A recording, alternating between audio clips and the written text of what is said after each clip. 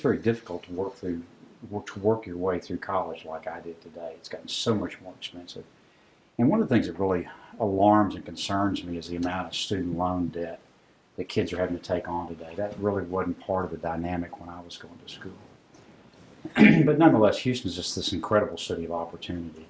And my story is not unique by any stretch of the imagination in Houston. There's people from all kinds of backgrounds who have, been able to succeed in this city because we're a meritocracy at the end of the day. Yes, sir. Mr. King, you spoke about how students graduating college are now being toppled by this large debt.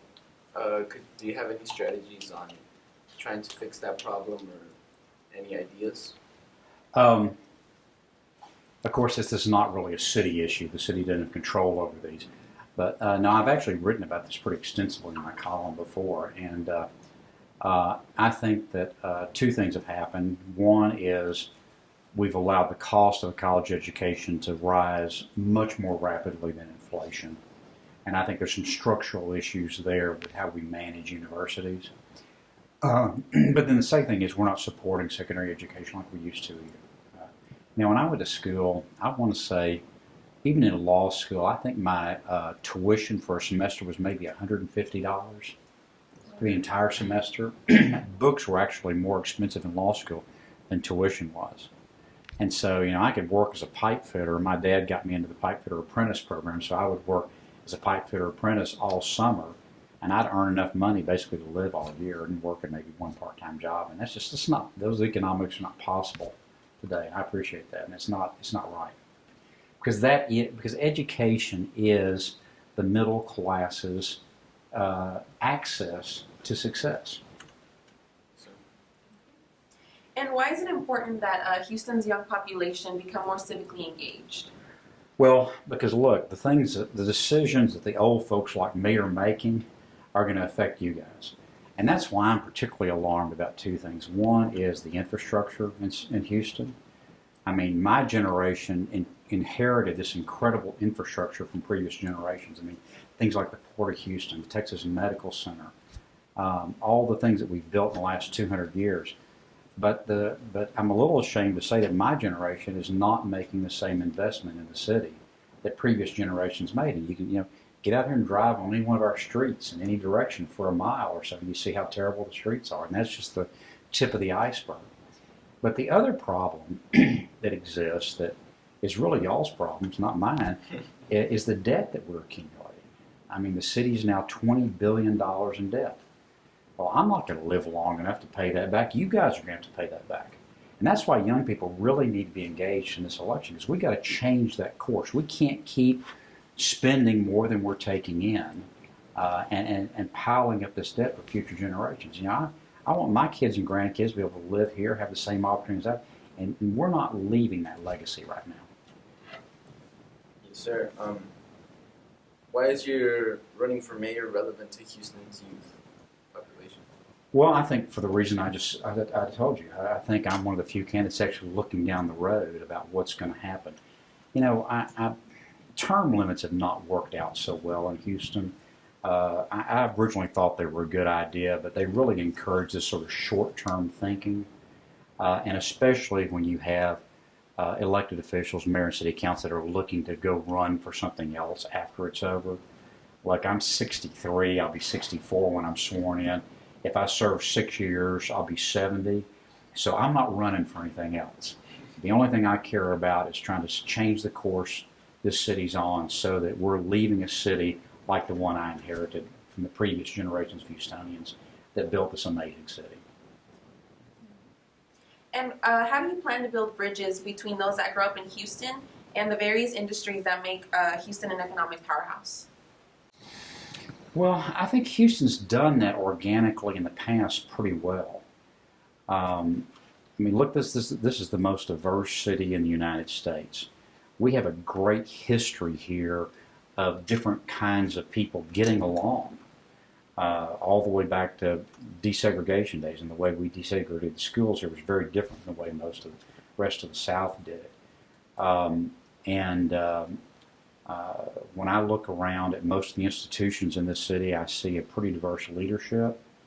Not as diverse as it probably needs to be, but I think we've made a lot more progress than most cities. So I actually think Houston does a much better job of integrating and using our diversity as an advantage than most of the cities do. Yes, sir. At this point, we'll gather a question from Twitter, Okay. from our Twitter live feed. Twittersphere. And this question is coming from Valeria M. Merino. Basically, she's saying to further on what are your strategies on making sure that Houston's own population, the Houstonians that grew up here and that have lived here for years, have insured jobs when they come out of college, and not that someone else is going to come in and take in their job. Well, of course, it's a free market, so there's competition, but I think the point is to make sure that we have a robust economy here. The city doesn't have a lot of control over it, but they have some control. And I think that we can look at a case study like Detroit and see what not to do. I mean, Detroit went for years, not investing in its infrastructure, not making people feel safe in the city, continuously spending more than it took in, making unsustainable pension promises to its city employees. And as a result, they had to keep raising taxes. They implemented a drainage fee. Sound familiar? They implemented a garbage fee. They eventually had a municipal income tax. And people said, to hell with this, and they moved out of Detroit. So Detroit's population in 1950 went from 1.9 million people down to 600,000 today. So look, we're not Detroit, and I'm not predicting that's going to be our future. But these are decisions that we make and how we run the city. And if you want a robust, vibrant city, you've got to provide those basic services. You've got to provide the infrastructure. You've got to provide public safety so that people feel safe. They feel safe for their families. And that's the economic engine that drives the city. And then we have another question from Twitter, and it's from Aaron Burgess.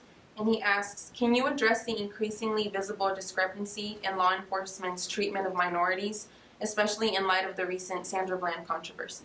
Yeah. So I don't think that it's changed any. I think we just know a lot more about it than we did before. I mean, all of a sudden every person has a video camera in their pocket. And so I suspect these things were going on all along, and we're just now finding out about them. And again, I will say the Houston Police Department has a much better record on this than a lot of other police departments did. And it's because I think we've had a good minority representation in HISD for a long time. The neighborhood community policing model was something that was adopted 30 some odd years ago.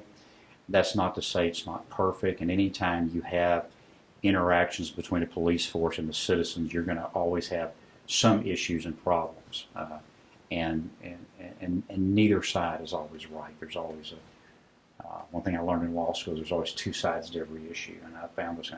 But I have a little bit of experience. When I was the mayor of Kemah, we had an unusually large police force because even though it's a town of only 5,000 people, we'd have 50,000 visitors on the weekend. So we had, and a lot of them were having a good time, having maybe a bunch of drinks, so we had a lot of police issues in that. And so I've had some experience in managing a police department, managing through those issues. And I think it's just, you've got to make sure that you've got well-qualified officers, and I think training is critical to that. But I will say, I think the Houston Police Department is a much better. Now, I've been critical of the police departments, like the fact that they only solve 8% of the burglaries and only 20% of the robberies. I'd like them to do some more things.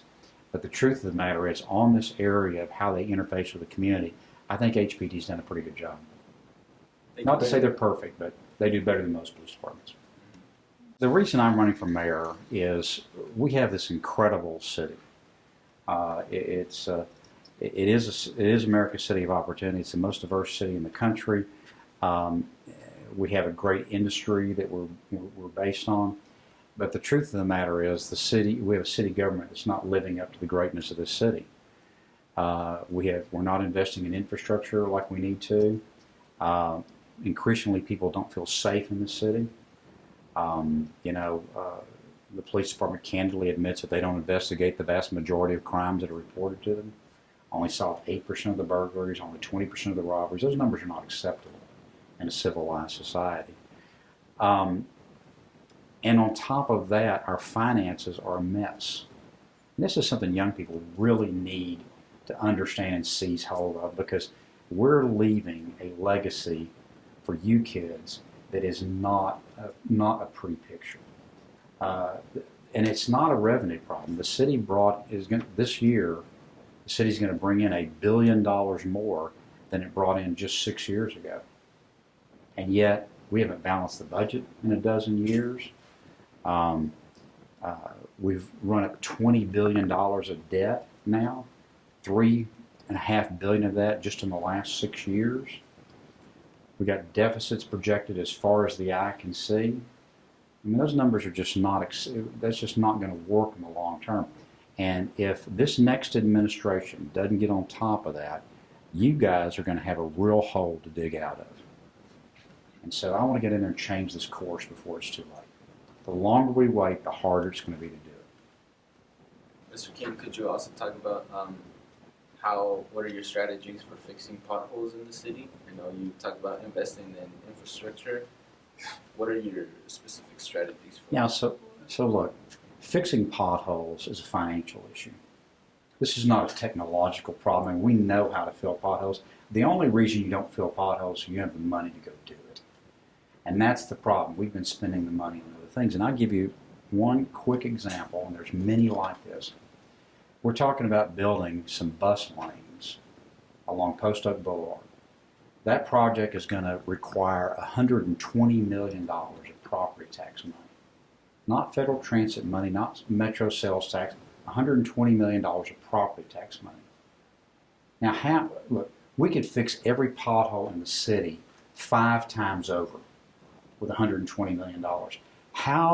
What is the process that we decided that building some bus lanes, by the way, in the richest neighborhood in Houston, how did that rise up and become the highest priority for our property tax money? I visited neighborhoods all over the city. I was down at a subdivision called Garden Villas, which is just northwest of Hobby Airport. Beautiful old subdivision, beautiful big lots, pecan trees on Sims Bayou. Streets are so bad, you got to drive about 15 miles an hour to get down them. Drainage is terrible, it's flooding. They've got a half a dozen abandoned houses that are just collapsing, that drug addicts and homeless people are hanging out. I mean, people are trying to live next door to these houses. They can't get the city out there to fix the roads. They can't get the city out there to improve the drainage. They can't get the city out there to demolish these abandoned houses because the city said it doesn't have enough money. Well, how is it? I mean, we could do everything Garden Villa wants for 1/10 of what we're spending on these bus lanes on Post Oak. Now, where is the social justice in that? And I would argue this is the part of the broken paradigm we have at the city, where we basically invest in the richest neighborhoods. I mean, the 3 richest TERS. TERS were supposed to be set up for blighted neighborhoods. The 3 richest TERS that collect half the TERS money are Uptown, Upper Kirby, and Memorial.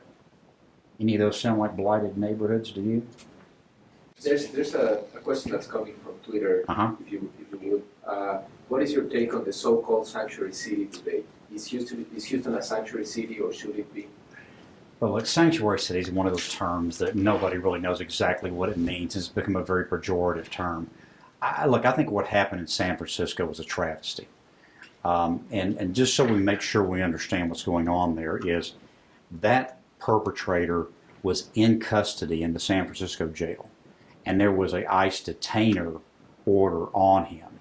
So under federal law, you've got 72 hours to report to ICE that you've got somebody you're about to release from custody, and ICE has 72 hours to come pick him up and deport him or whatever they're going to do with him. And the federal law says that's what you're supposed to do.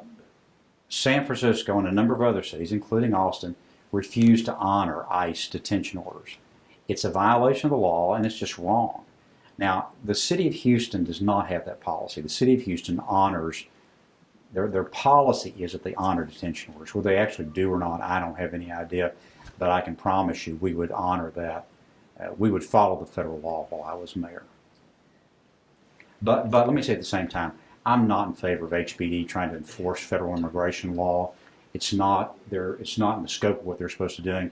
It would be a distraction of the resources from, what I want to do is look, the fact that you got a 92% chance as a burglar of getting away scot-free, that's not a good thing.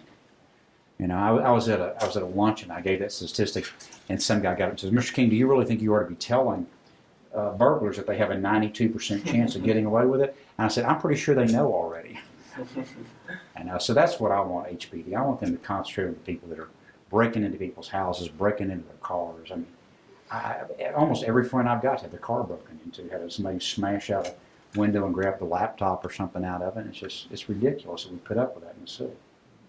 Right. So as a follow-up to that, if I may, you say that you're not in favor of police doing the job of the federal immigration, right? Correct. At the same time, we do know that with these detainers, the immigrant community in particular don't feel as comfortable reporting crimes. So how can we make Houston a city that is more welcoming to immigrants, and how do we balance, these two issues?